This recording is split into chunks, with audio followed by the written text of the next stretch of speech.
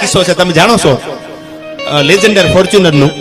એમાં જે કાંઈ બેઠા હતા એ બધા ભગવાનને વાલંગ થઈ ગયા એક્સિડન્ટમાં. પંજાબમાં ભટિંડા એક્સિડન્ટ થયેલું. અર્જુન, મારો ભાઈબંધ અર્જુનસિંહ, અને હું જ્યારે ખરખરામ ગયો ને ત્યારે બધા મને વાત કરતા કે આપણે તો કોને ને ઓળખી, એક્સિડન્ટ થયું, હવારમાં બનાવ બન્યો, પણ ખબર પડી આયા શંકરભાઈ ચૌધરીને, અને એને ઠેઠ પંજાબમાં ફોન કર્યો કે એક્સિડન્ટ થયું, ગાડી અમારી ગુજરાતની છે. જે યુવાનો એમાં સવાર હતા અને જે પણ ઘટના બની એ અમારા ગુજરાતના છે, મારા ગુજરાતના, મારા બનાસકાંઠાના છે. અને અહીંથી યાને એમપીને ફોન કર્યો, જે પણ કાંઈ એમને વ્યવસ્થા થતી એ કરી દીધી. અહીંથી મને એ જે સ્થાનિક માણસો જેના ઘરે હું ખરખરે ગયો એને વાત કરી, એ તમને કરું છું. એને આંખમાં આહુડા હતા પરબતભાઈ, અને એને એટલું કીધું કે હારું છું શંકરભાઈ, હતા તમારે ક્યાંય ઉપાધિ નહીં, કંઈક તમારે દોડવું ન પડ્યું ને, અમે ભટિંડામાં કોને બોલાવીએ, અમે ક્યાં જઈએ, લાસુ કાંઈ કબજે કરીએ અમે.